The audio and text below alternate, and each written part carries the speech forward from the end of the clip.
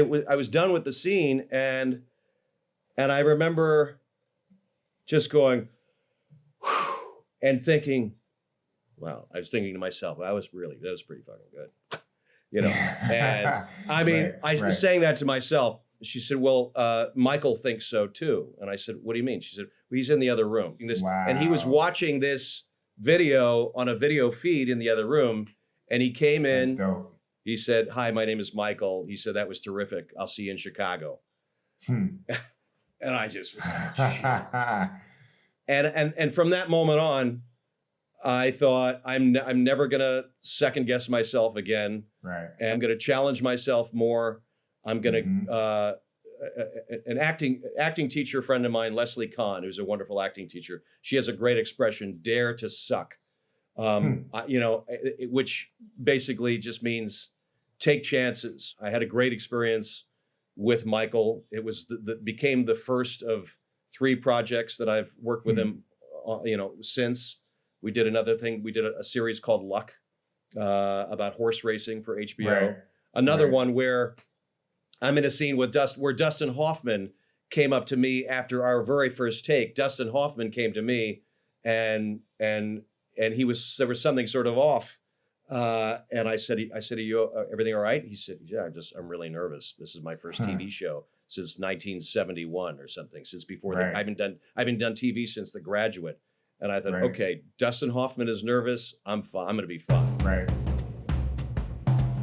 Let's Shoot with Pete Chatmon is a podcast on directing for anybody that's quite simply ever watched anything.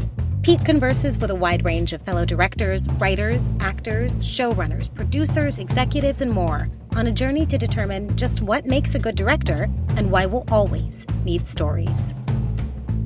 The Director is Pete Chatmon's digital studio, built on the pillars of craftsmanship that ensure a unique vision. I'm talking about story, innovation, perspective. Learn more about The Director, and better yet, get your official Director's Chair wear by visiting www.drctr.video. That's drctr.video.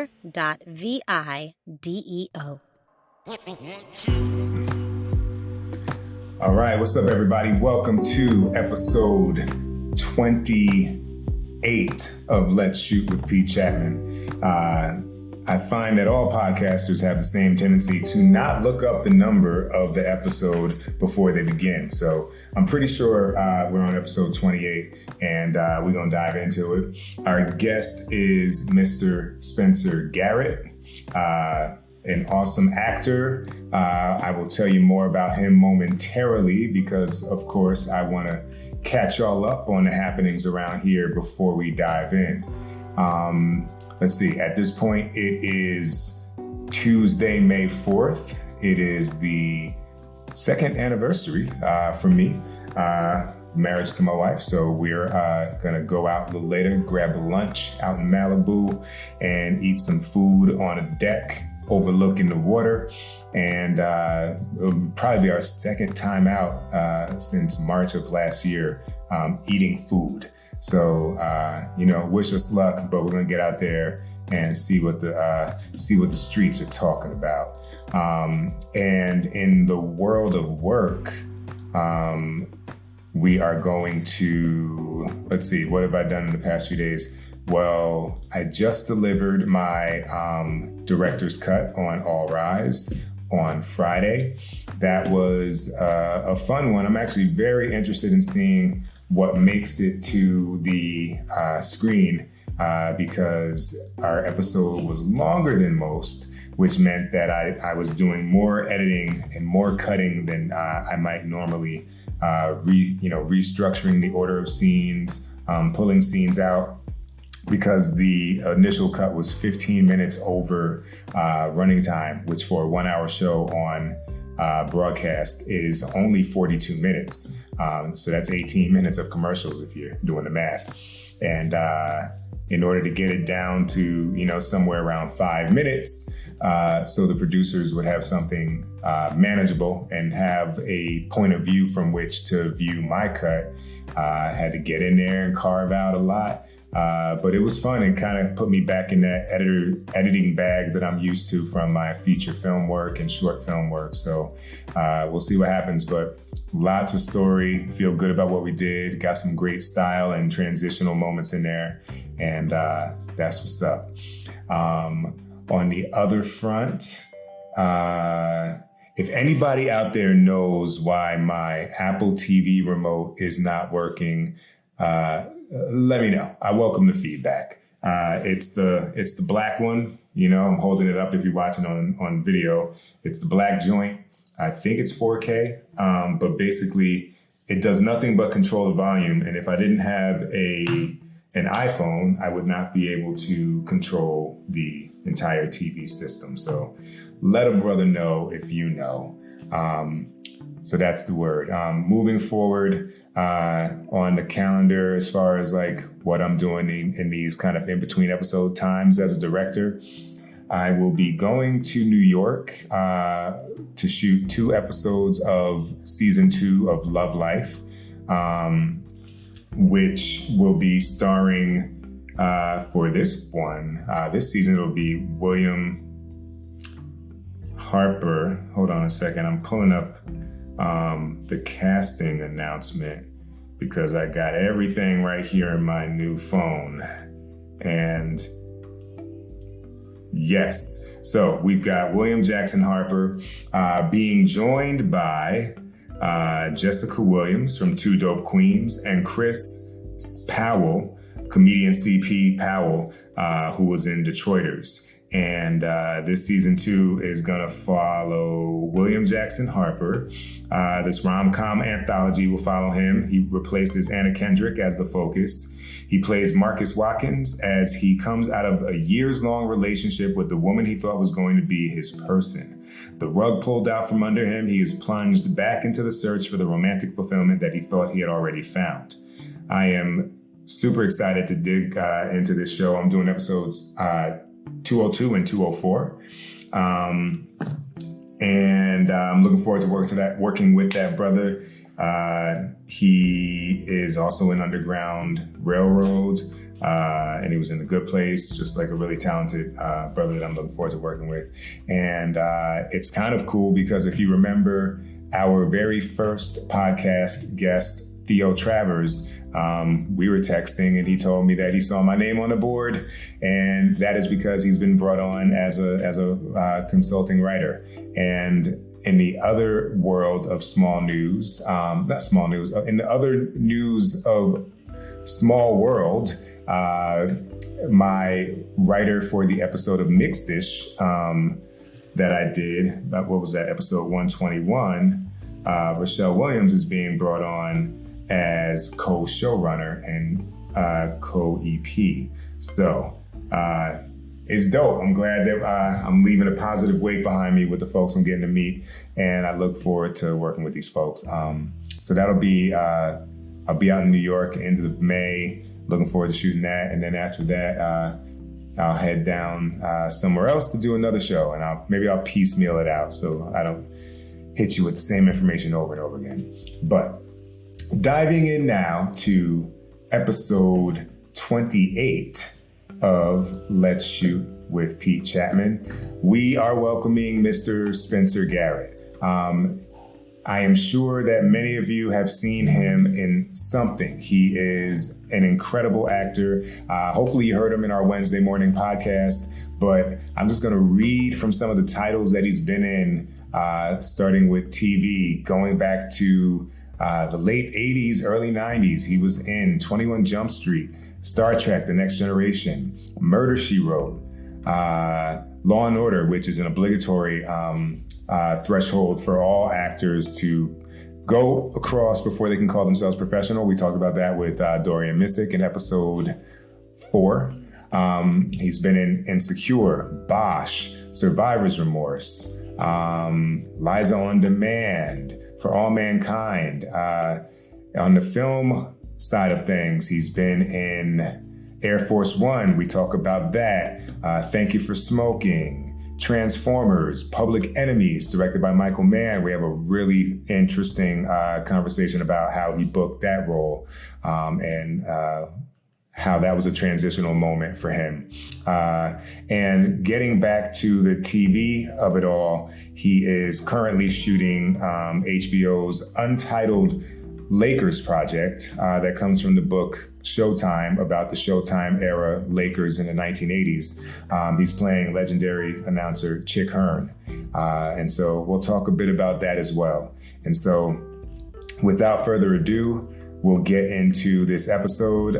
Kelly and I had the fortune of living on the same floor in our prior building, and Spencer was probably one of the first people we just struck up a conversation with at the elevator, and became friends. And I've got much respect for this guy. I think you'll appreciate what he's got to say, and I hope you all will enjoy episode 28 of the pod.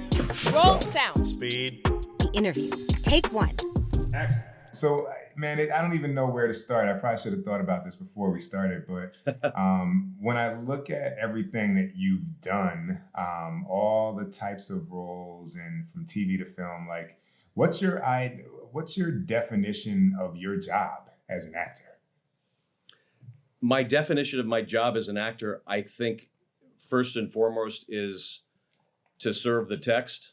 As a jobber, as an itinerant farmer, basically, who goes from gig to gig. I mean, my life has been, for 30 years, for the most part, doing lots of episodic and lots of guest spots, with some movies in between. Lucky enough to do some big, huge movies and some teeny tiny movies and everything in between. I mean, I've covered every SAG contract there is, but mostly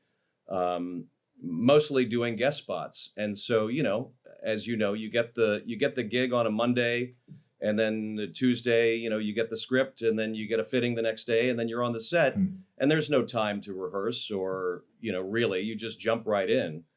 And so I feel like my job is to serve the writing that is given to me, that I'm lucky enough to get. And then if it's a director that I've worked with before, there's a shorthand sometimes, hopefully. But if it's somebody that I don't know, and if it's somebody that I'm meeting for the first time, I want to try to get to know them. I want to try to watch how they work. I'm somebody who, maybe because I grew up in the business, Pete, and I grew up around every facet of it and every aspect of it, I even after doing it for 35 years, I love everything about it. I love sitting in the makeup chair for hours, and I love gossiping with hair and makeup, and I love crafty, and I love all of it. So I love just sort of being immersed in the business of it all. And even after doing it as long as I've been doing it, every time I show up on a set, I think how lucky I am to get to do this. So my first job I feel like is serving the writer, showing the text in the way that the text is meant to be played, and then working with the director to try to serve his vision as well. Now, what was your two-part question? What kind of gave you the itch to get in it? And it sounds like you've been in it. It's a family business almost, right? And then what was your first job that you said, okay, I'm working? It's definitely a family business. My grandparents ran a theater on a showboat on the Mississippi River in the 1930s. I mean, it sounds like a Norman Rockwell painting, but it's true. I mean, there was a theater on the Goldenrod showboat that went up and down the Mississippi River, and they would stop in little towns along the way, and people from the little towns would come onto the boat, and they would do a play, and then they'd leave, and the boat would go to the next town. Hannibal and Joplin and St. Joe and all along the Midwest. And my mom was part of that. And so, growing up in it, obviously it was in my blood and in my bones. It was part of my DNA, but I didn't know that as a little kid. I just knew that, I would come home from school, and Cesar Romero would be sitting in the living room, and I remember, Right. I saw Cesar Romero on Batman. So I grew up around like show people. I mean, I liken it to growing up in the circus. So there were always like people that I had seen on TV and movies growing up as a kid.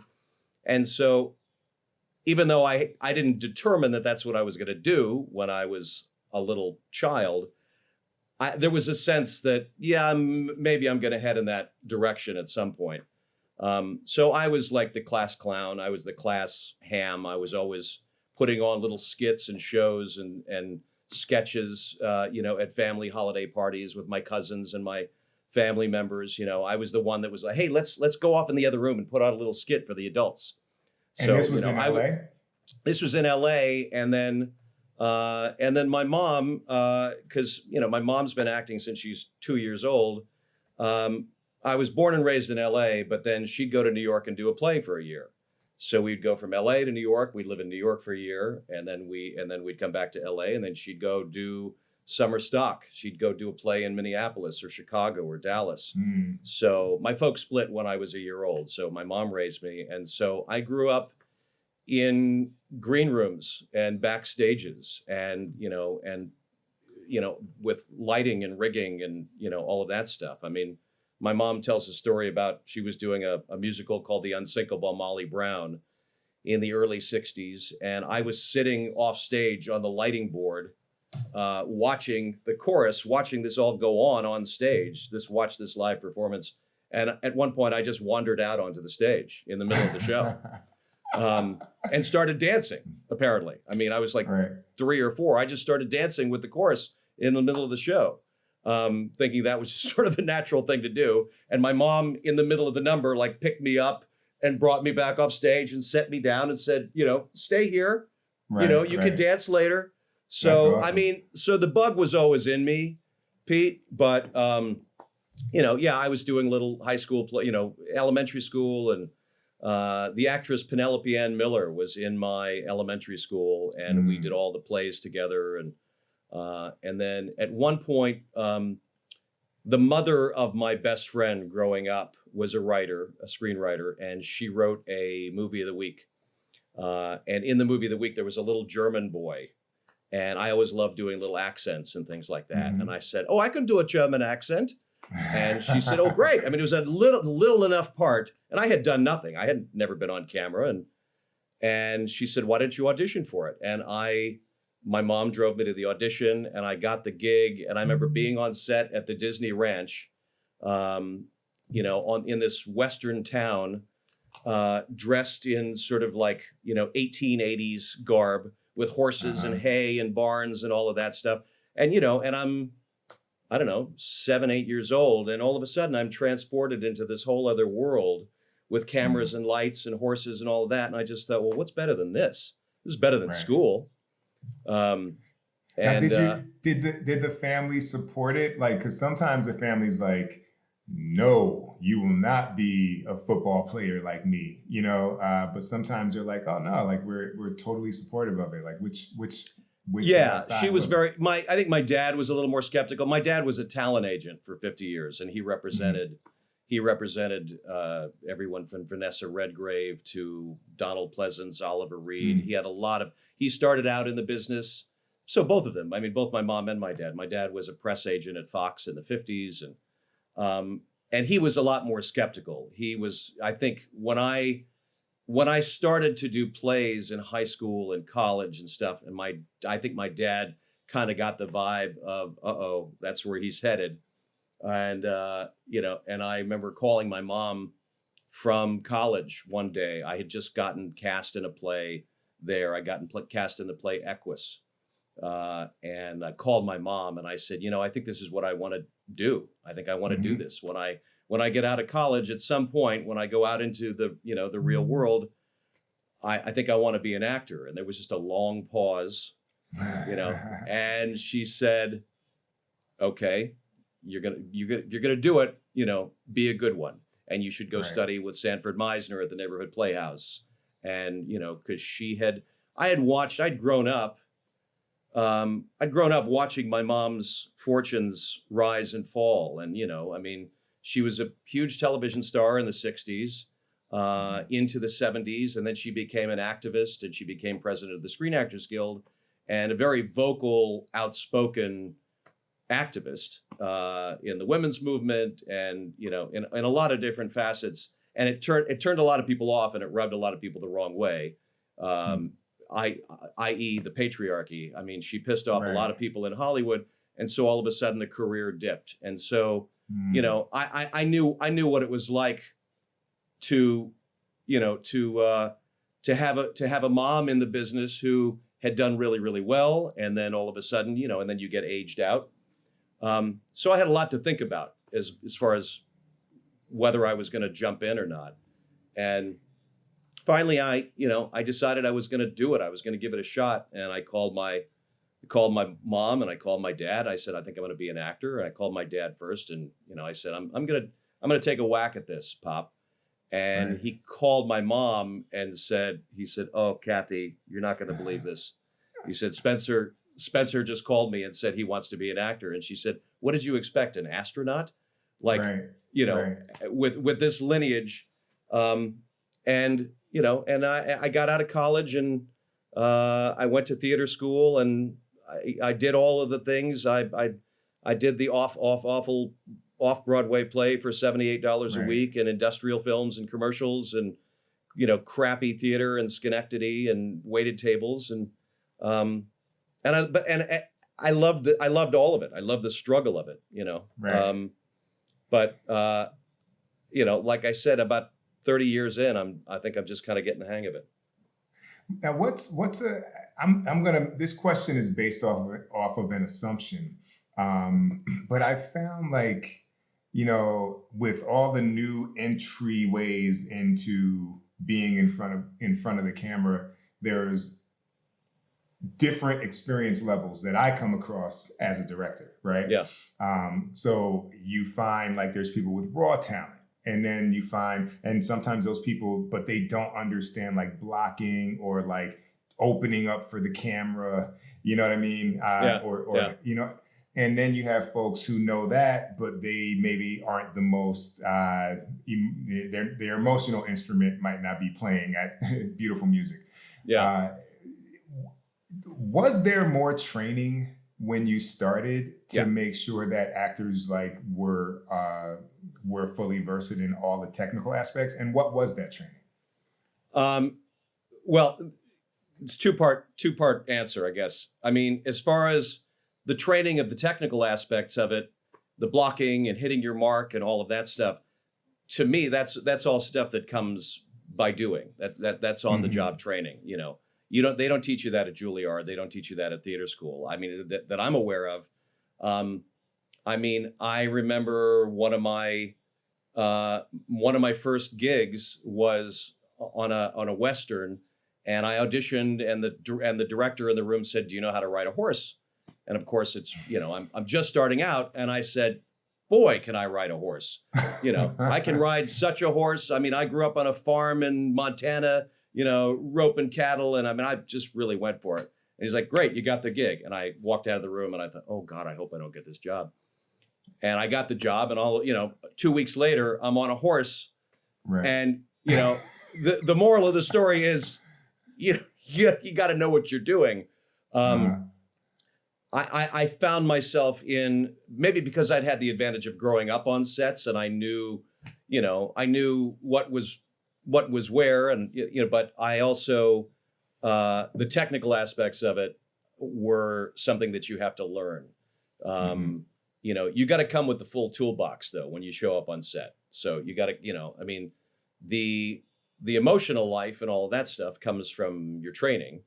But as far as having a background and having some sort of a teaching of, you know, the technical wherewithal of being on a film set, that's not something that I had. That's something that I learned. But I'm also, like I said, I'm such a fan of all of it that I'm the guy, like, sitting behind everybody in Video Village watching, because I want to learn too. I wanted to. So when I started out at 22 or 23, I wanted to know where everything was. I wanted to know the name of the craft service guy, and I wanted to know, you know, every aspect of it, you know. And I think every actor owes it to himself and owes it to the people that are bringing him to work on, whether it's you know, an Under 5 or you know, 2 weeks on an episodic or a 6-month movie. You know, you owe it to the people that are hiring you, and you owe it to yourself to know your shit. Right. to know your way around a film set.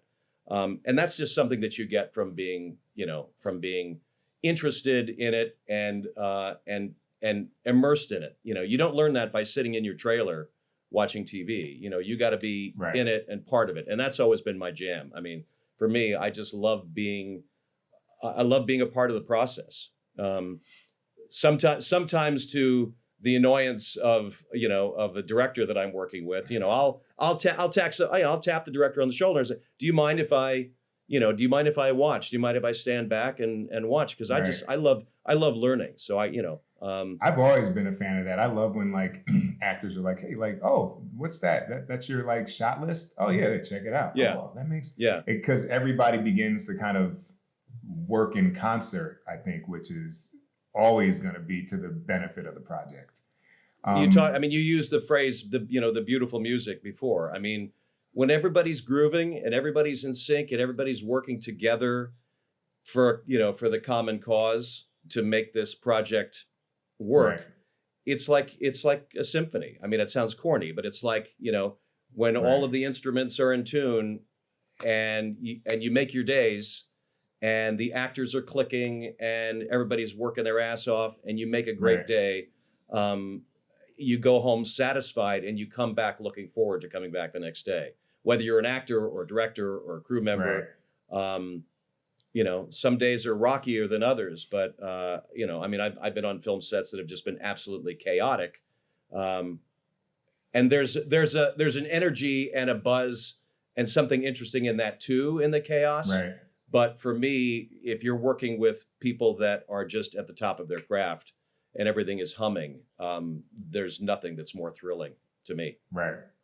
So what was from the first roles that you landed, were you finding it was more of a film-based career in the beginning, or it was a mixture of film and TV? Like how did things move forward for you? It was more TV stuff in the beginning, I guess. I did my first pilot. I got cast in a pilot out of New York in '86 when I was in my early 20s, and I was in the middle of, I was waiting tables and tending bar and doing all that stuff. And I came out here and I did this pilot, and I thought, and I'd gotten paid more money than I'd ever seen in my life than, in years of waiting tables. And I thought, and they put us all up at the Chateau Marmont, and I got a nice paycheck, whatever it was back then. And I thought, wow, it's just going to be this way.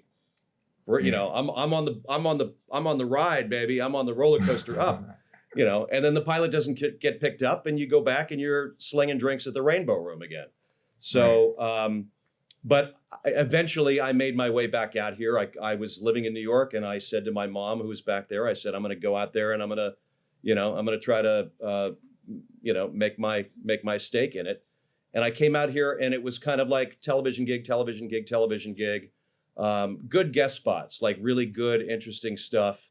I think the first couple of things were like, 21 Jump Street and Star Trek Mm-hmm. Next Generation, where I go back, if I see myself now, I look back and if I see a rerun of any of those early things, and I know how green I was. I know how truly unformed I was. I had some decent instincts that were instilled in me from my acting teachers, from Mr. Meisner and the people that I studied with, but I was really green.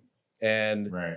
if the 57-year-old me could go back in time, I would whisper in that kid's ear and say, listen more. I'd have good advice. But it's interesting to see that early stuff of mine, because I see the beginnings of an actor who had some pretty good instincts and knew his way around a set. And but it took me a couple of years to really kind of find my sea legs. Right. It took me about 2 or 3 years of grinding out guest spots, and then little roles in movies started to come, like little parts in movies, and then Air Force One, maybe Right. 5 or 6 years into it, Air Force One happened, and I caught the eye of some casting people that were doing features. Right. I was sort of in that. I think I was sort of in that hamster wheel of casting people who knew me and who knew that I was I was reliable and I could deliver. And so I was getting gigs pretty consistently. And then I caught the eye of some feature casting people and started to get more movies about 7 or 8 years in. But I think in my first 10 years in the business out here, I'd like to think that I got to be known as a guy you could bring off the bench and could hit you a solid double, or give you a solid 10 minutes on the court.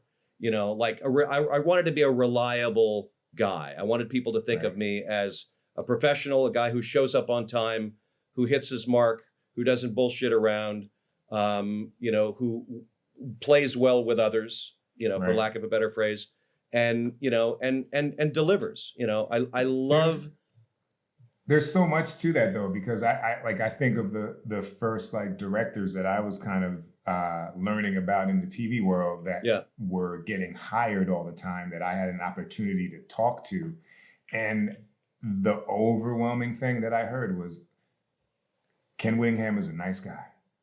He's the best. You know what I mean? It was. I worked with Ken. It was like what, on Survivor's Remorse probably. I worked with Ken. I worked with Ken on Survivors, and I worked with him years earlier. Ken's been around for a while. Right. I did a thing. My first sitcom that I was a series regular on was on UPN. It was called Hits, HITZ, with Andrew Dice Clay. And I think Ken was one of the directors on that. We're going back to 95, 96. But Ken is a guy who has a reputation as just like one of the best cats in the business. Just, a reliable dude, who gives you good, work. And that's what I wanted to be known as. Right. And knowing that and seeing that early is like a huge, it's like getting a leg up on it all, right? Because at the end of the day, that's where people are going to want to, they're going to want to give the keys to people that they want to be in the car with, Bingo. Exactly. What was the first thing that you did where you were kind of like, okay, like you mentioned, it kind of took like a couple years before you felt like you were like in the zone, but like, what was the first thing where you're like, okay, I can harness this thing. You know what I mean? Like I can maybe it was it may have been Air Force One. Because I remember, because Air Force One was like 94, 95. So, and I'd been out here, I moved out here in 90.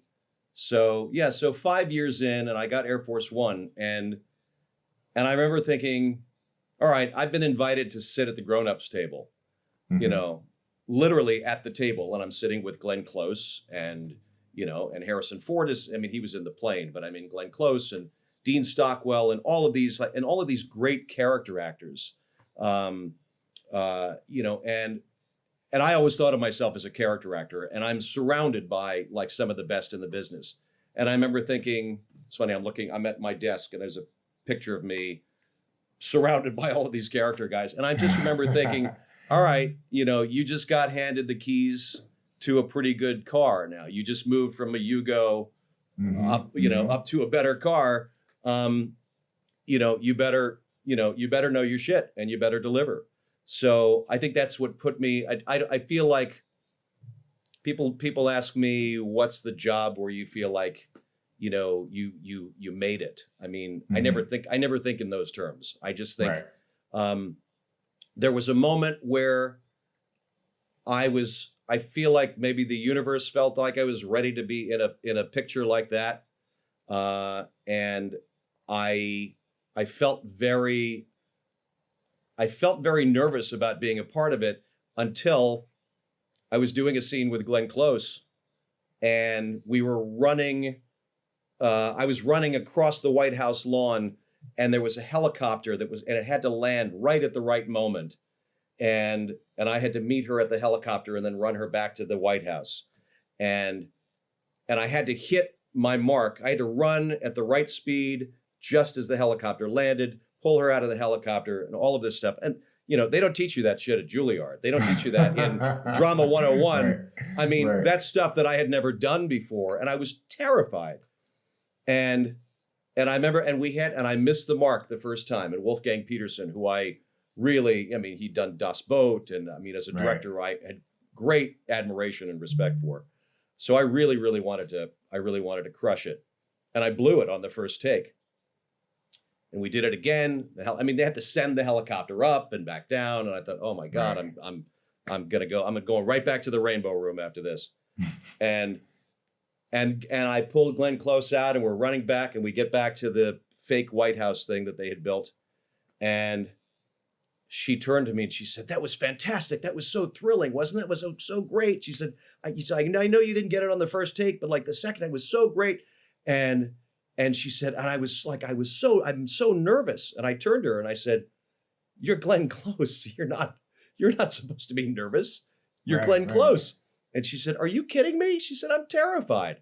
And that was the first time of many times that I have heard people who are so-called stars. I mean, in my eyes, you know, Glenn Close had already had this major career, and I can't tell you how many times I've heard big stars say to me, "Oh, I was really nervous about that take," and stuff like that. Just kind of all of a sudden, you just go, you know, okay, everything's going to be okay. We're all human. We're all human. We're all human, and I learned a lot on that film. I mean, I learned an enormous amount. I mean, I'd done quite a bunch of stuff up until that point, but that's the point where I thought, all right, you're in the show now. You know, you're in the show.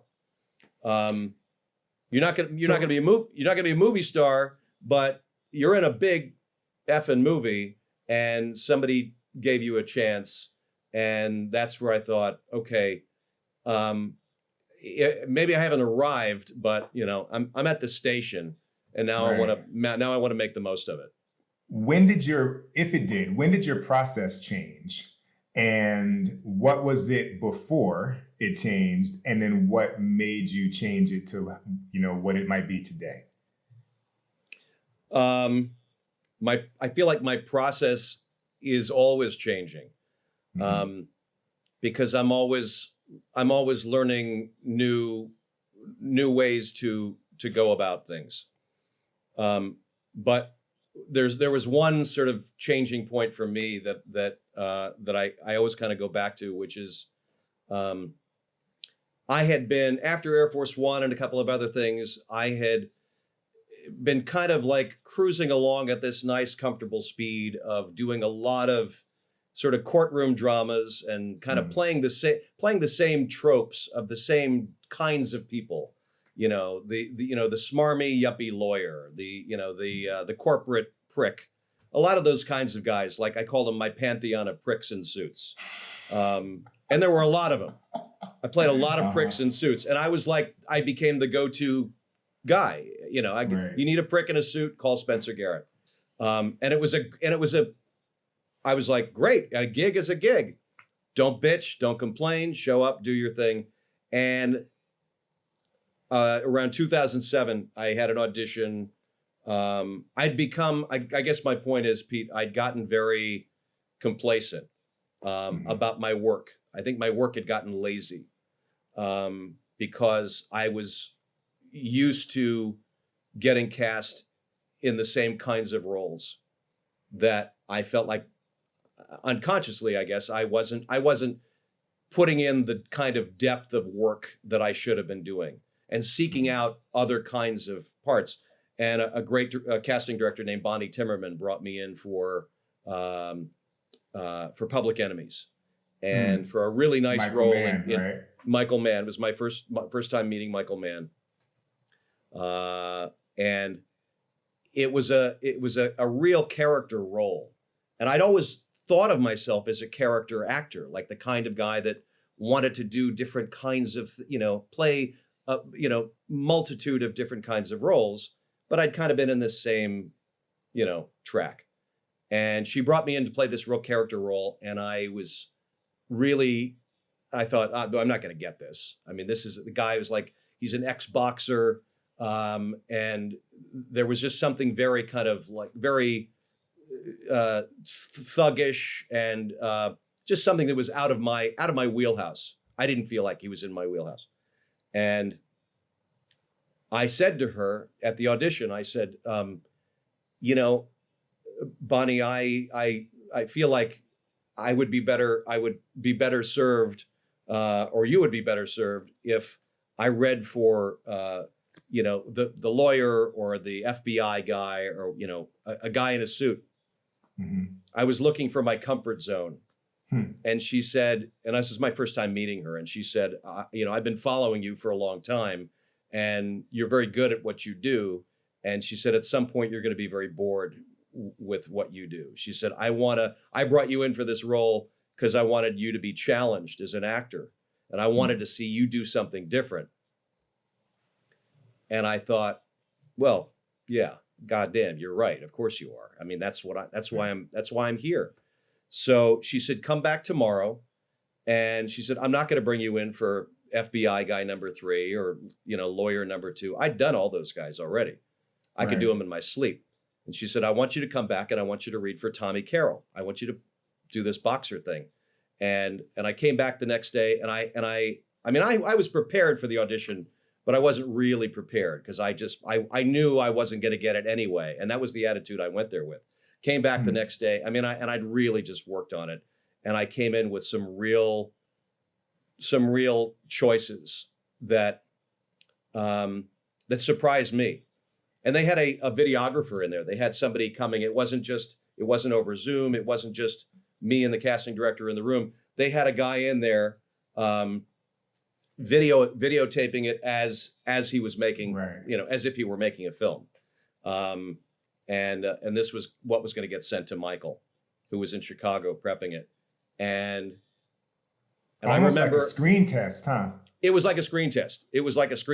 And I remember doing the scene and feeling, when we were done, there was a feeling, I felt so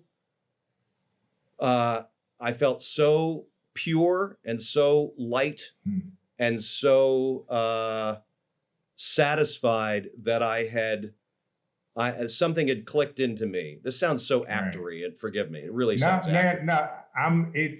I'll double back, but no, I mean, this is what we're all chasing.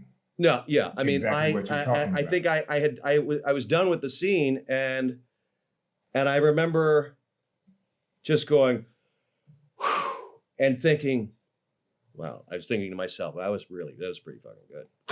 You know, and I mean, I was saying that to myself, and she said, well, Michael thinks so too. And I said, what do you mean? She said, well, he's in the other room.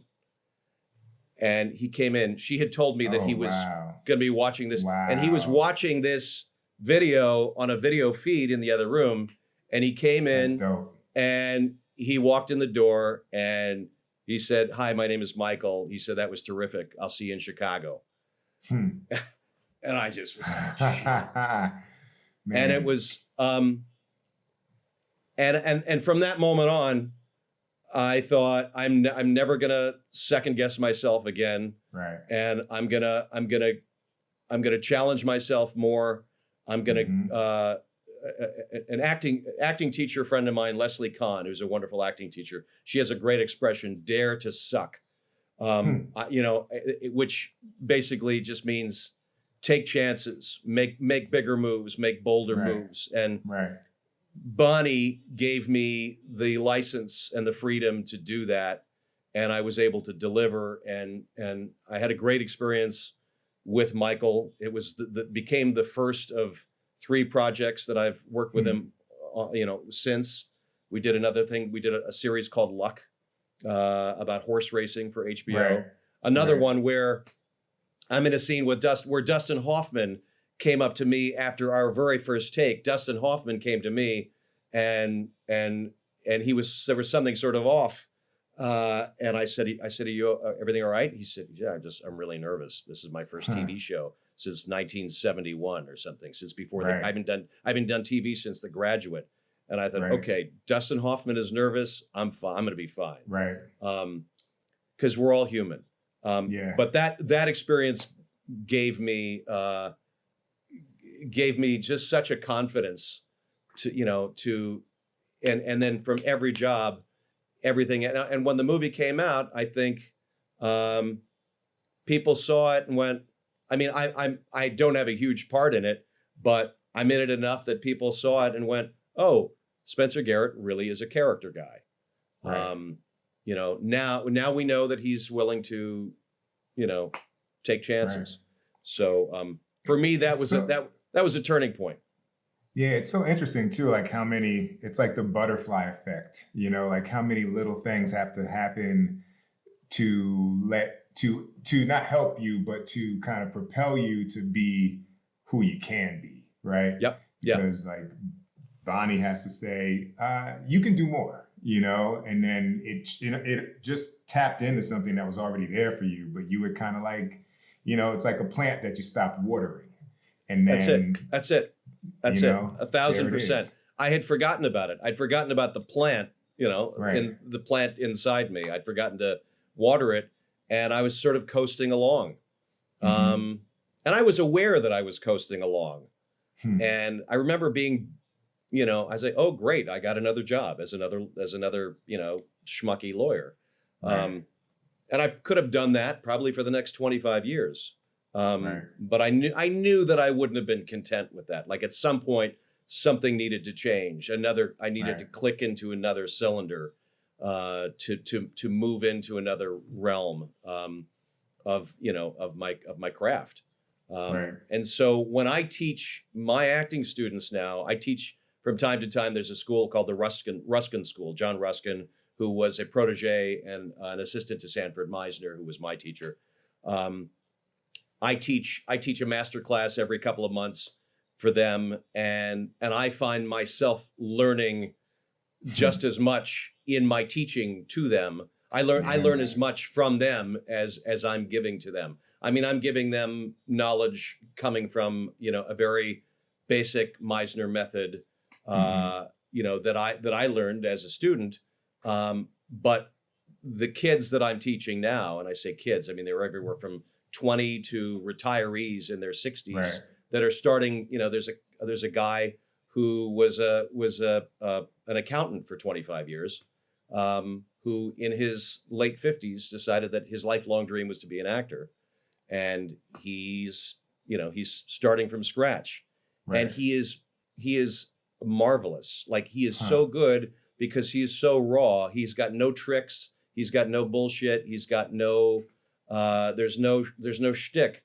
He's learning from the ground up. So his stuff is very raw, and I've used him as an example to the younger students. And I'd say, this is where you want to get to. This is pure acting. You know, get back to the child. Get back to the child. Because there's no on everything you do. Exactly. There's no artifice. There's no, you know, there's no. So it's fascinating because I'm always learning. I'm learning with every new job. Hey, this is Michael Spiller.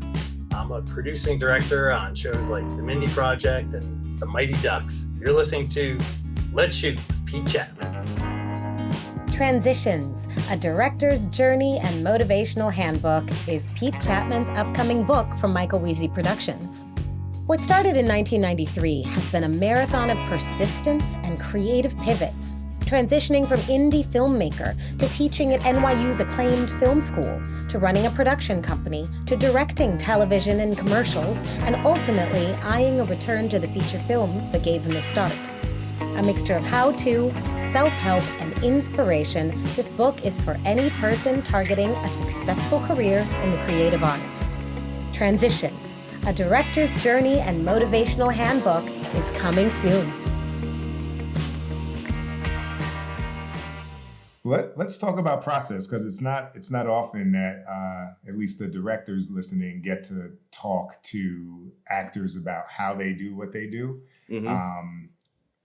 You get a script, yeah, and let's say let's first talk about the audition process, right? For those of you out there who are auditioning actors, what do you do? You get this, 2 to 10 pages, right? I've seen my wife's sides. I'm like, they want you to memorize that tomorrow. Yeah. And then you're like, okay, I have to be there at 3, or I have to get this tape in by 5. What do you do? Well, first of all, it's different now. And I was hoping we were going to talk about that. There with the pandemic, and even before the pandemic, the casting process seems to have moved into self-tape. There's less and less in-person casting going on anymore.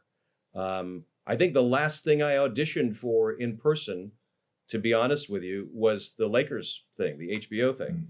And since then, the majority of it has been self-tape.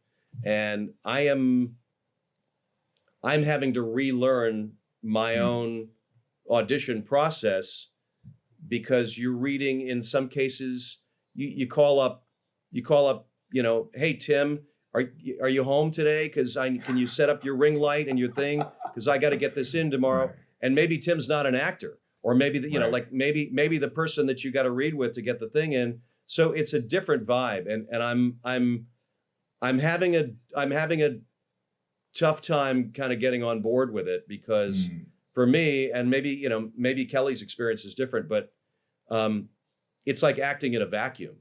There's something for me. I love the room. I love the juice of the room. I love the energy of going in, and there's 5 or 6 people sitting there, and you feed off of that.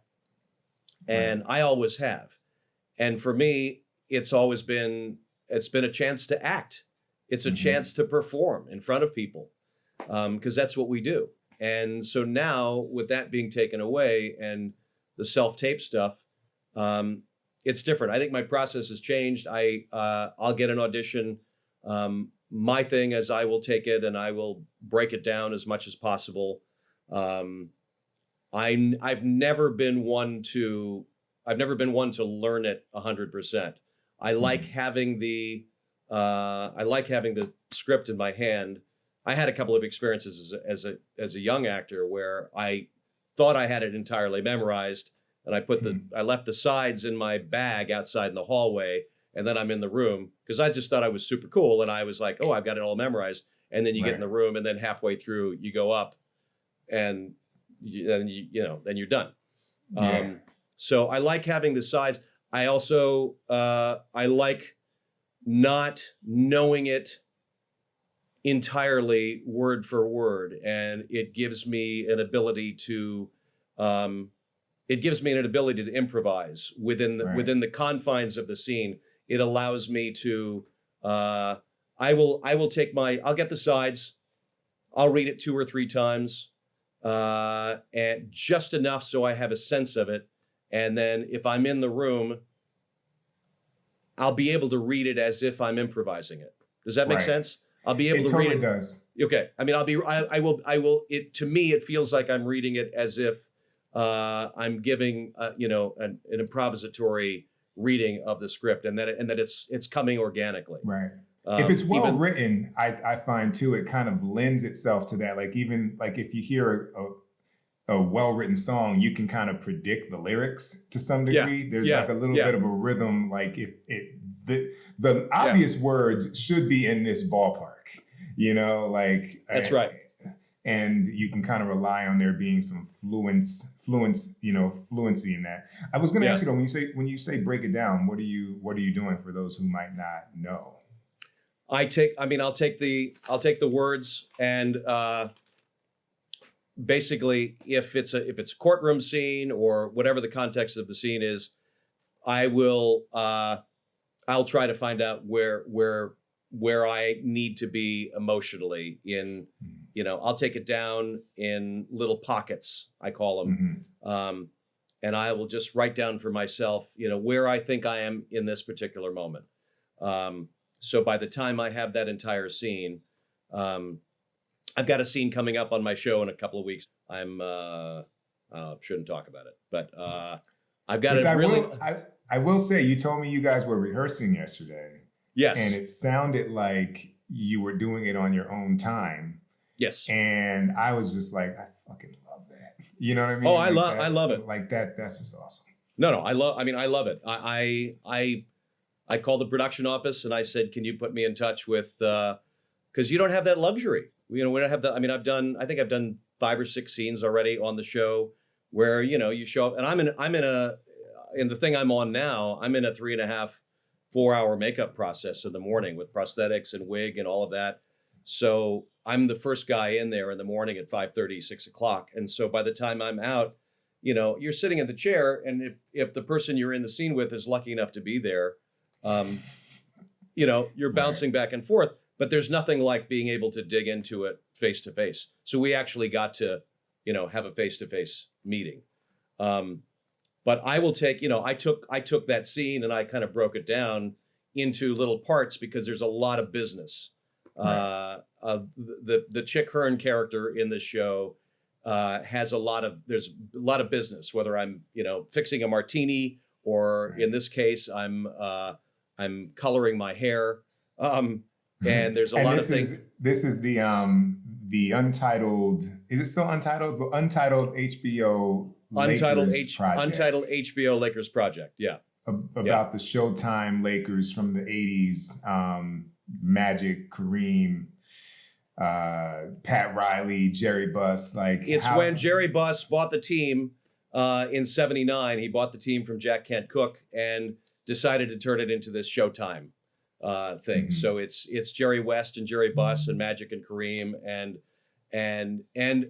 everything in between. It's a sprawling Dickensian epic almost about, you know, it goes back to Magic's family in Lansing, Michigan, and Kareem and his activism. And I mean, it's an extraordinarily dense project. So, you know, so when I come on and I have a little bit to do, I want to be prepared. So, but you know, like I said, I'll get my sides, I'll get my script, and I'll try to find the beats that I want to hit in the scene, and then I'll kind of throw it away. And then when we're in the scene, I'll have sort of a template that I've already set up for myself in my head that I can refer to. Right. And just and know that you're hitting like the mile markers of the scene emotionally and maybe expositionally. That's exactly it. Yeah. So when you get to, well, I guess the process is the same. You know, I was going to ask you though, do you feel when you're doing the audition, particularly in this Zoom world, that you are manufacturing moments now? Yes. Or yes. Okay, yeah. Absolutely. And so how do you approach that? It's weird. I mean, I found whether you're doing it over Zoom or a self-tape, sometimes as an actor, you'll go in to read for a casting director that is not an actor. A lot of times as actors, you'll go in and you'll read for somebody that just, it might be a terrific casting director, but the really, really great ones will hire a reader. They'll hire an actor to read with an actor. But a lot of times you will have the casting director that doesn't have a background in acting. I wish every casting assistant and every casting director would go and take an acting class so they learn the language of, you know, how to speak to actors and because it's different. I mean, they're very good at their jobs, but in terms of when you're reading and you're reading with a casting director and the director is sitting there in the room and the casting director is not necessarily giving you the emotional feedback in that scene. Right. I find as an actor, you have to, for lack of a better phrase, you have to manufacture their performance as well. So you have to act as though they are giving you what an actor would give you. And that's not always easy. You know, you have to act as if, you know, you're getting that give and take that you would normally get. And that's tough. And especially when you're doing a self-tape, you're acting in a vacuum and there's no energy in the room. The advantage of that is that you can do it 73 times until you feel like you've gotten it right. The disadvantage is that you can do it 73 times and that you could do it so many times that you get in your own head and you get in your own way. Right. So as we've gotten into the self-tape world more and more, I find that I'm trying to just like 2-3 takes and just let it go, because otherwise I'll be there for hours trying to pick down the minutia and get it exactly right, and you never will. It's not a lot of people want the performance that you're going to give on the day in front of the camera in the audition room, and that's just not going to happen. So I've got to learn how to just be okay with myself and give it away up to the universe and hope you get the gig. But the manufacturing the performance is been for me a tricky one for a long time. But a lot of casting directors are good actors too, and that really helps. Do you have any? Do you know any? Friends who you find are like, man, this person is not a good auditioner, but they're an amazing actor. Or the flip, this person is an amazing auditioner. I don't even know if that's a word, but not the best actor. You mean this actor is an amazing auditioner? Yeah, but yeah. Yeah, I mean, I know some actors. I love to audition for myself. I love auditioning. I grew to love auditioning because, like I said, it's a chance to act in the room. It's a chance to be in the room, and you feed off the energy in the room. I know actors that are extraordinary actors that do not audition well, and that's it's tough. There's the nerves. I mean, I still get nervous. I'll get nervous with a self-tape. And I've learned how to kind of use that energy. But there are actors that have been around forever that are sensational actors that just are not good in a room. And that's something for me that I learned early on, how to be good in a room. I also learned it the hard way, because I also learned I'd go into the room and I'd try to be I think my nerves would make me be sort of chatty, and I would sort of try to break the ice and try to be like Mr. Charming in the room with the people to kind of break the ice, to get my own self centered and, calm down before I did my thing. And then I realized, I would get some feedback, oh, you had a great audition, but you talked a little too much. Like you were a little too. So I just learned to kind of like do my homework, go in the room and get out of my own way and move on to the next thing. But it took me a while to do that. But yeah, I do know people that are terrific actors. And I also know people that are phenomenal auditioners that don't necessarily book. It's, but Pete, it's so arbitrary sometimes how an actor gets a job. I mean, when I was coming up, there was a building at Warner Brothers called Building 140, where most, all of the Warner Brothers TV shows were being cast. And it was like a big coffee clutch. And you'd go there and I'd see 15 guys, and we all knew each other. It was the same group of, and you could throw a dart at a headshot, and any one of them could get the gig and deliver, but only one of you was going to get it. But there was a feeling of camaraderie, and there was a sense of we were all wishing each other well, and break a leg before you go in that room, because it's tough. Yeah, it's also very random, because on my end I feel like it's we don't get to necessarily as directors show like how we do a scene per se. Yeah. So it's kind of anchored on like, well, how were you when you were on the couch and talking? It's almost like what you're saying is more important, but trying to be charming and trying to like communicate that you are a likable person who can navigate. I think people. So. I wanted to try to be likable at first. And they don't care about that. They just want to see the work. You got Right. 5 minutes and 32 seconds to get in and out of that room. They know. I mean, in a lot of cases, they know the moment you walk in the door, whether you're going to be the guy. Before you open your mouth, they know if you're the guy or not. Because you're either going to be too short or too tall, or your hair is too brown, or you're whatever. So sometimes the choices that are made are not. We're completely out of our control. When you're looking at actors, like what do you look for when you're auditioning actors? When you see an actor for a part for something that you're directing, like what's a quality that you look for? If I can ask you a question. Yeah, I love that, man. I look for, well, it's multiple.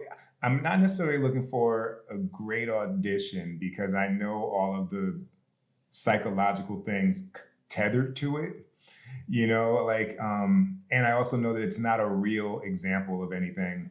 It's almost like saying to a basketball player, dribble.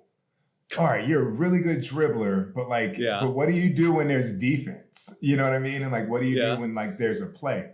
So I try and allow for a high level of awkwardness because it's just an awkward thing to begin with.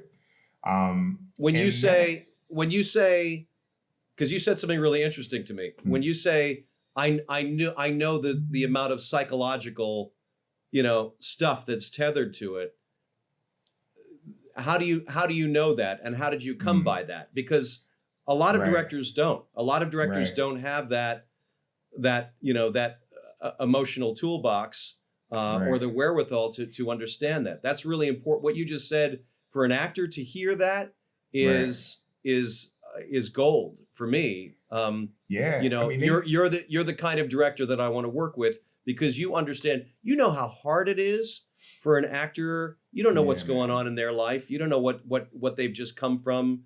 When they park their car to go in, they could somebody in their life could have just gone into the hospital or whatever. All of a sudden, you've got to throw all of that stuff. You got to leave it all outside the door and go in and do a song and dance for a bunch of strangers to get a job that might pay your rent for the next month.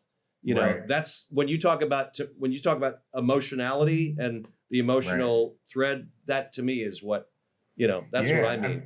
They made you us understand take that. acting classes in film school. So immediately I was like, wow, this is some shit, I don't want to do a log roll in front of 20 people, let alone get to the emotional truth of a scene. And I remember having this one teacher, Marquetta Kimball, and I think she had been in The Hustler with Paul Newman, among other things. Okay. And I remember she just was like, I did this scene, and she was like, there's nothing there. That's not real. And I was like, yeah, you're right. I'm making this shit up. But I remembered how vulnerable it was. So to know that, and then to know, like you said, in New York, you just had to ride the subway here. I've ridden the subway. Whatever preparation you did in your apartment, man, you got on the R train and somebody, you know what I mean? The threads are being pulled at. And so there should be, I think, a little bit of grace for the reality of what's happening. And then I think what I'd be looking for is a strong choice, because oftentimes the sides are kind of this, they're manipulative. They are, sometimes we're trying to withhold information, or sometimes people don't even know how to pick. This is a long-winded answer, but sometimes in your early years as a director, you might not know how to pick good sides for the audition. Right? You could be putting them in a disadvantage by just the shit you gave them to perform. And so I'm looking for somebody who's making a solid, well thought out, lived in, deliberate choice. And they stick to it. So there have been times I've seen wow, I did not see that like that. But they did, and they stuck to it. And I might be like, I still don't see it like that. but Right. but it's a testament to, because you have gone, since we've known each other, you've gone from broad comedy to light comedy to drama. I mean, you're covering every genre, and you understand that actors need to make, different choices for those different kinds of genres. So you're working in lots of different worlds, and an actor has to have an actor that comes in to audition for a gig that you are directing has to have all those different tools in their toolbox. So sometimes they have to have the equipment to make those kinds of choices. And the great thing that you said that stuck with me is you have the ability to allow yourself to be surprised. You have to allow yourself to be surprised. You have to be open to being surprised by an actor's choice. Because a lot of directors will, have a sort of a rigidity. They'll have a thing in their mind where, oh, this is how I envisioned it. This is what I want to see the actor bring in to see this one thing. But if your mind is open to, oh God, I didn't expect that. How terrific. What a great choice. Those are the directors that I want to work with. Those are the directors that I want to work with are the ones that will let an actor play and, get in the sandbox and try new shit out. And dealing with like the fact that I guess at its core, when we're really just at the core level of our work, it's all about emotions, right? And the idea that the person who put the kind of document of emotions from which we're working was like fully in charge of their own emotions. Mm-hmm. is incorrect. I've come to scenes where I've written things where people were like, I don't really see the scene like that, and it was like, well, wow, I'm so sarcastic that I'm missing the actual like emotional heart here because I never wanted to deal with that shit, and you're acting it and telling me this isn't real. Like I had that happen on a film, and I had to stop shooting for the day because I was like, wow, that's actually the core of this film. What you've tapped on, me not wanting to deal with what this scene's about. Wow. And I was like, so the idea that like the person who wrote it is like really in charge, like they know everything they've done. They don't. They don't. And you come in and then you see something and it's like, fuck, that's what it is. Yeah. That's what it really is. Yeah. And that's what it really is. And at the end of the day, I mean, going back to your earlier question about, we were talking about collaboration, and I love a collaboration with a writer and a director and the other actors. I mean, when everything sort of coalesces and it starts to hum, when you find stuff. I mean, I just a weird example, but on Iron Man 3, I had one scene with Robert Downey, who's obviously a marvelously inventive actor, really, and just a smart cat and with a huge heart. And I came in to do this one scene in a bar with him, and he didn't really love the way that it was structured, and I was there for weeks waiting to shoot this one day. And it was great. I mean, I was in Wilmington, North Carolina, and I was puttering around, and finally you get the call, you're coming to the set, and we're getting ready to shoot this one scene, and there was a lot of stuff involved. And he said, it's not ready yet. Like there's something that's not working for me. And we went off to the side with Shane Black, the director. And I mean, Robert at that point, I mean, he was, he wasn't the director of the film, but he had a lot of sway. He had a voice. he had an enormous voice. And just in terms of the creativity that he brought to that role, I mean, he was so wonderful in that role. And I thought, how terrific, like just to be able to take this kind of care with one scene, it's just like him walking into a bar and I'm sitting in a bar stool and we have an exchange and there's a bunch of stuff that happened within the course of the scene, but it was the choreography of it, the emotionality of it, all of that, there was something that was off, and he wanted to discuss it, and he brought me involved. He brought me into the conversation and said, what do you think? What do you want to do? And that's all of a sudden it became a conversation. It became a collaboration between all the elements of the filmmakers. And that's when it's thrilling. I mean, that's when it's, and we made it work. And on screen, it's probably 53 seconds of screen time.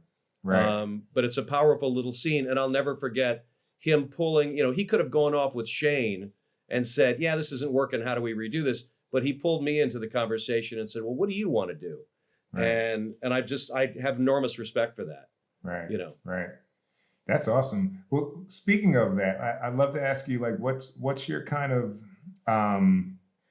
whether it's anecdotally or just in bullet points, like what would be your advice to, directors and working with actors? Boy. I mean, I've been lucky.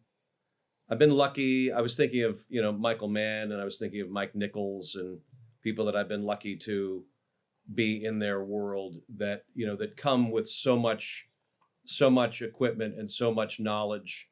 I guess to the directors that are just starting out, that want to direct in TV and film, I always like to say, make sure you've done your homework, and make sure that you're open to an actor's ideas, and come prepared to play. I had a great experience a couple of weeks ago with Jonah Hill on who directed this episode of the episode of the Lakers show, who I had two lines in this scene initially with a bunch of people, and for whatever reason Jonah sort of focused on me, and he kept throwing me stuff to do. He kept playing with me and wanting to play, and the more we did that, all of a sudden it went from being a good scene to a really great scene because of the ideas that he was giving me. He just kept tossing me the balls, and I just kept and an actor that's willing to do that and collaborate and play with an actor that I'd never met him before. I'd never worked with him. Right. But he saw the totality of the scene and what needed to make it work, and trusted me with, he allowed himself to trust me that I was going to deliver. And that was, that made me feel good. That sort of empowered me to want to bring more and make more choices and have more fun with it. And when a director is doing that with an actor and trusting, you're trusting each other, then it's like when Martin Landau won the Oscar for Ed Wood, and he thanked Johnny Depp, and he said, "You can't play tennis alone, Johnny." He said, "It's like a beautiful game of tennis, hitting it back and forth across the net, right. And you have to do it together." And that's what I love. I mean, I love the collaboration. I love the dance of it all. Anything, any words of advice as far as like things to not do, things to avoid,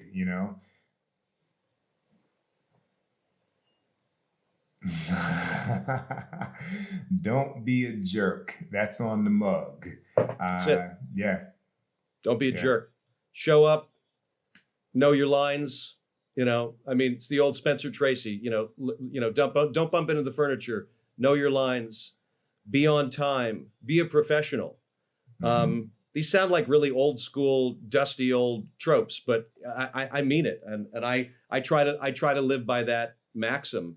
I try to be the guy that shows up and knows his stuff, and delivers and serves the project. Right. So that's my advice. And also, don't be a jerk.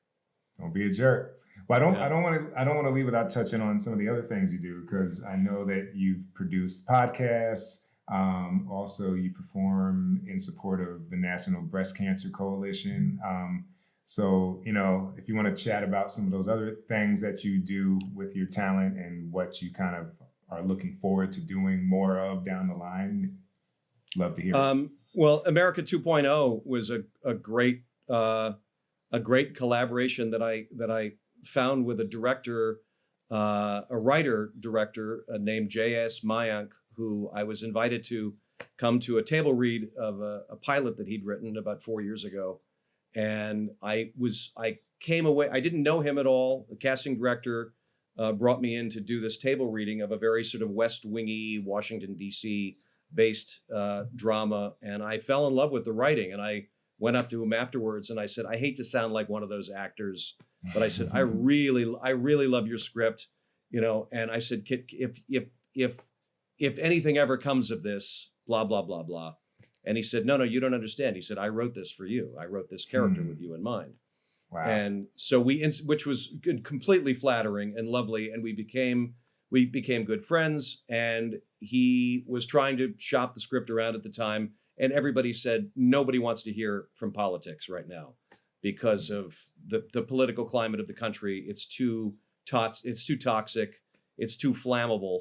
And, you know, politics is just such a hot button right now.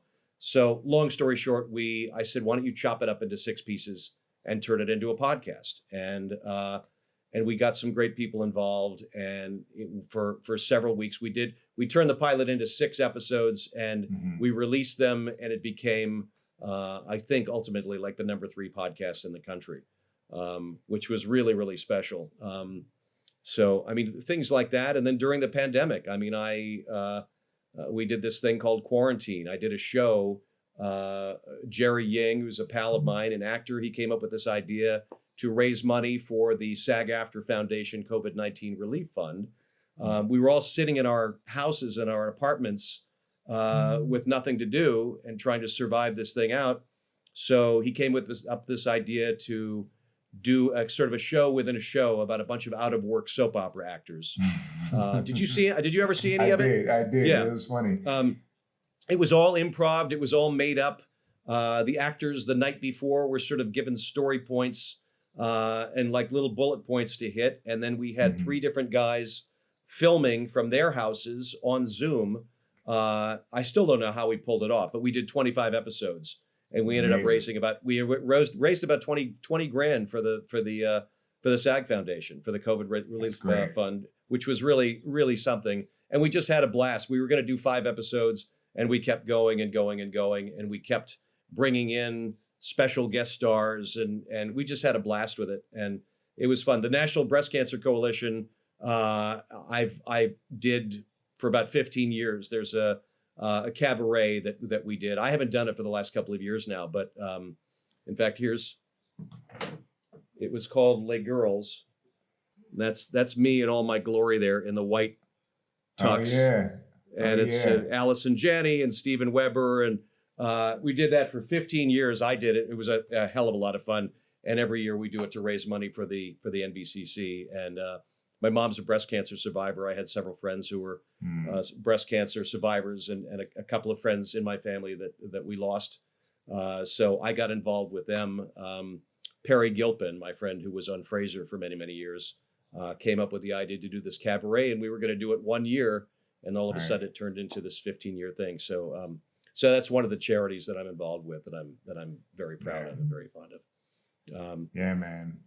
And other than that, and I'm just back at work on the Lakers show. And, you know, it's funny, like I've been working fairly steadily through the pandemic since maybe July. And I felt like it's the safest place to be. The sets are this, getting tested constantly. And, you know, we still are. I mean, I'm still getting tested every 3 days. Most people are vaxxed up now on the show, but it's nice to be getting back to, you know, normal-ish. And I know that one of your questions that you had on the thing that you sent me is, you know, talking about stories and storytellers. Right. And I feel like we are hungrier now than ever for, I mean, you know, you're a storyteller. I'm a storyteller. We love we love entertaining and we love getting our stories out there. I feel like once we've really turned the corner on this thing, and we really do get back to whatever normal is going to be, there's going to be an explosion of more and more and more content, more and more stories, films. I mean, it's just, I feel like it's obviously things are moving more towards streaming and television, and that's where really the great work is being done. Hopefully, I mean, it's heartbreaking to see things like the ArcLight and the Dome possibly going away, which is like my somebody's got to buy that. Somebody's got to. Somebody's just got to. I mean, Ted Sarandos, please, write a check. But I do feel like there is going to be another golden age of now that we've sort of turned the corner to a certain extent of the politics of the last 4 years, and we're kind of moving into hopefully a bit more civility. I don't want to get into politics. That's a whole other thing. But I do feel like we're going to move ourselves into a new era where telling stories about our times, is going to be really, really extraordinary. What's coming up. You had mentioned in one of your questions talking about how stories mirror the times, or how the art mirrors the times, and how the times mirror the art, and things like, Chicago 7, Judas and the Black Messiah, Ma Rainey, the Billie Holiday, all, even though they were made before the pandemic, they were made during the time of Trump, and they came out during the pandemic when we had time to see them and absorb them. And they all had to do with issues of social justice, in different ways. They all dealt with social justice, and people were talking about how all of the movies that came out were so depressing this year. I tend to disagree. I mean, I loved Minari. I loved Ma Rainey. I love the films that deal with the human condition and are telling the American story. And that are kind of hopefully putting a healing touch, and kind of putting a Band-Aid, a healing Band-Aid on, on the things that we've all been experiencing in the last several years. It's all very interesting too, because it's like, when did it become the priority to gloss over, truth? And, the idea of escapism, like in our movies, we don't want to see anything that might shed a light on how it really is. I think it's kind of ridiculous. Or even this, the negative connotation given to the word woke, which is, well, the other side of that means you were asleep. So that's what was preferred, clearly, Right. Just as Antifa means anti-fascism, if you're, are you pro-fascism? The post-truth society that we have sort of found ourselves in now, the way words have become, the connotations of words have become flipped, and the meanings of words have become flipped. We've got to find our way to, rewind this and get back to a sensibility about it. I agree with you, man. I feel like the pandemic brought more fluency in storytelling for all the people who just watched more shit than they've ever watched before. And then any kind of cultural awakening means hopefully that, like we just watched A Promising Young Woman, which was great. And, there's probably an argument to be made that several years ago, it might not have been made without the Me Too movement to be there to support the idea of its content being, being what it is, even though they still were smart enough, sadly, to know that it had to have a certain kind of tone, a little bit left of center, so it didn't feel like it was a mirror to the quote unquote real world for it to work. Right. You mean the kind of surreal world that it lived in? Exactly. Yeah, a little bit. Because that it could very well take, like, you could just hit roll camera and start shooting at. But, you know, for people in the audience and for critics and you know, they were smart to make it a little bit, you know, angled in tone. Yeah. So Yeah. it could be its own little universe. But Yeah. everything that happened in there was fucking accurate. I loved it. True, you know, I loved it. I thought she was extraordinary. I got a chance to meet her the other night, and it's fun. And I got a chance to tell her how extraordinary she was. She had like one line in Public Enemies in 2007 before she really exploded. Right. You talking about Carey Mulligan? Carey Mulligan, Jason Yeah. Clarke, who plays Jerry West in the Laker thing, is he did a movie with her called Mudbound a few years ago, and so they knew each other. So he brought me over and introduced her, and I had a chance to tell her, you know, how much I love that movie. She was there with Vanessa Kirby, who gave another extraordinary performance in Pieces of a Woman. She was amazing. But your Wednesday morning that you put together during the pandemic, I mean, you know, that was, you know, that you found a way to make a statement that really fucking packed a punch.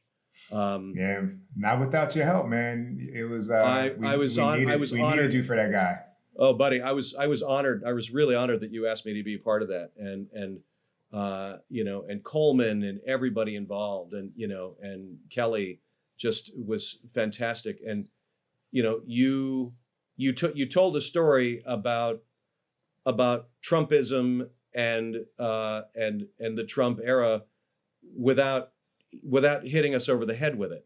You know, you did it in a really sly and subversive, you know, in kind of in a backdoor way that really packed a punch. I mean, when we did the Zoom reading of it initially, you know, and it had such a pungency to it, you know, that so when I finally got to hear it, I was like, it was just amazing how you put it together. So I love that you did that. I love that you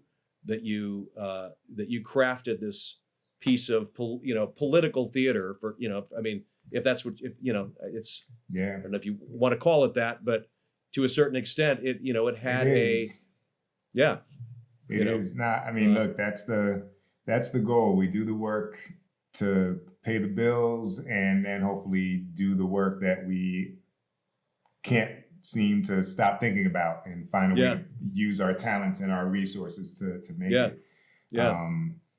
But yeah, man, no, this is amazing. It's been a pleasure, man. It's you should have been my first interview, considering you were 90 feet around the corner. I know. Listen, I could talk to you all day. I mean, I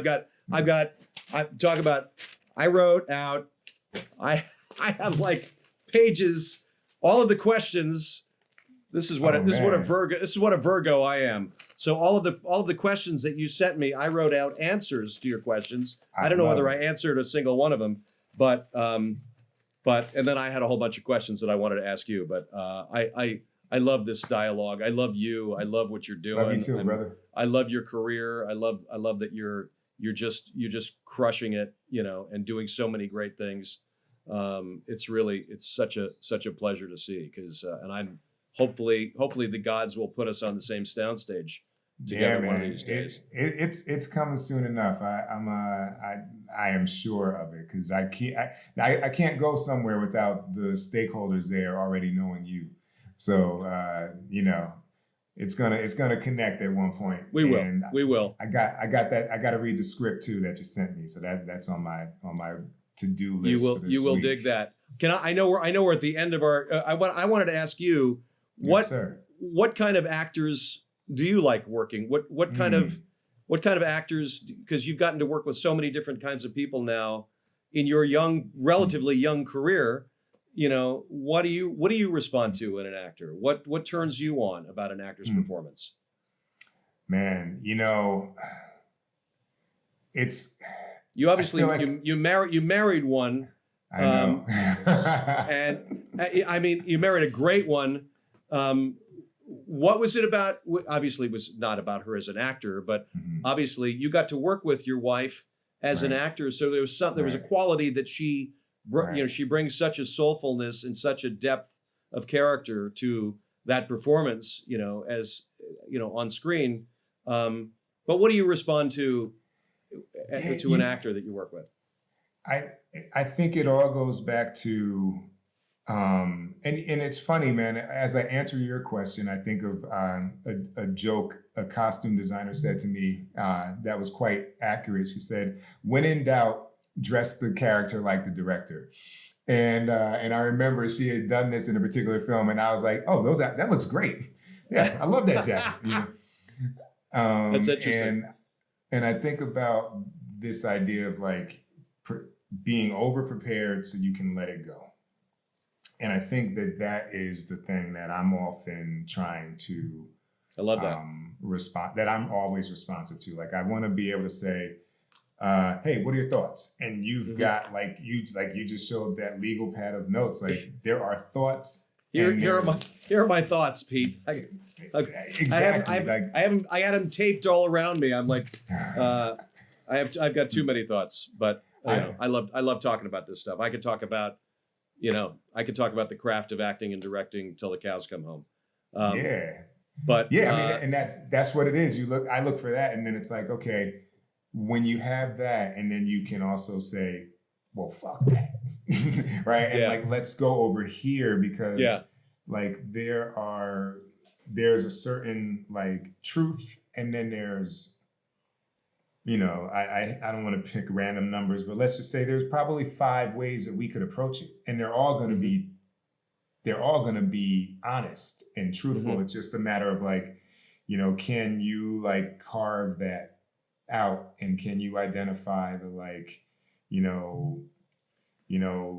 there's something funny in this scene if we're willing to have that point of view, and allow the character to live in a moment from that vantage point, and choosing it for that moment. Because sometimes like I've been finding lately that I've been doing things where I'm coming on to shows that are not necessarily 8-9 seasons in. They're like 1, 2, 3.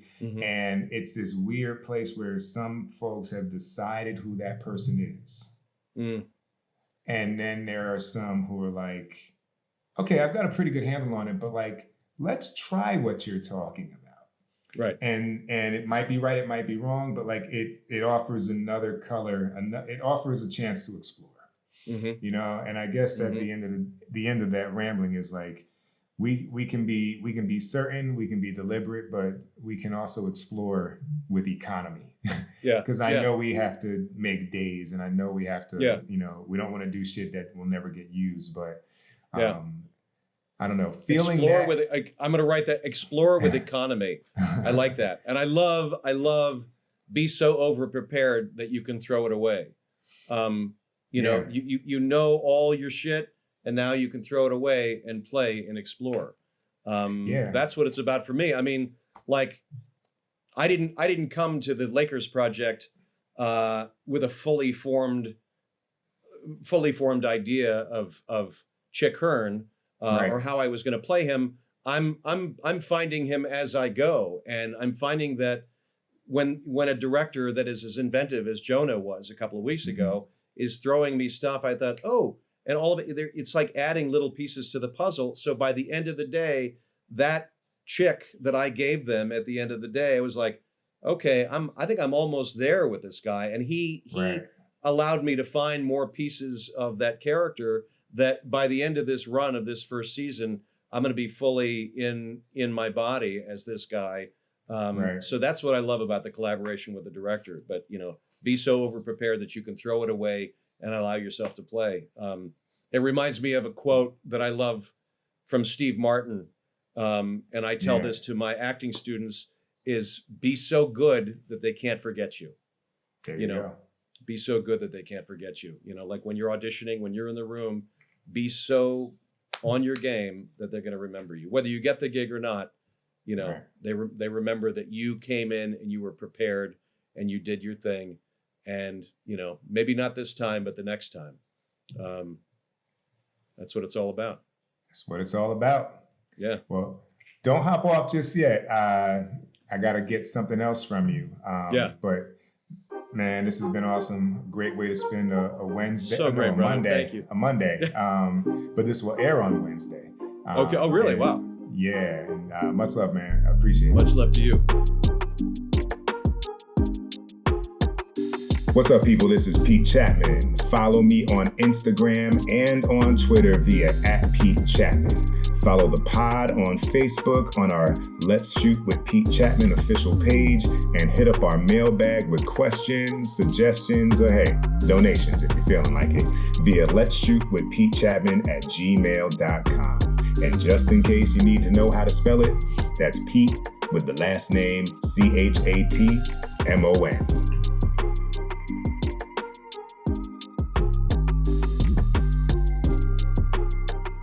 All right, that was episode 28 of Let's Shoot with Pete Chatmon. I hope you enjoyed our director to actor and artist to artist conversation with Spencer Garrett. I'll have to keep you posted on what is up for episode 29. I'm going to get in the lab on that. Any questions, leave them on the IG page @Pete Chatmon or @Let's Shoot with Pete Chatmon, and we will answer those questions. And as always, y'all, in the meantime, stay safe, spread love, and keep creating.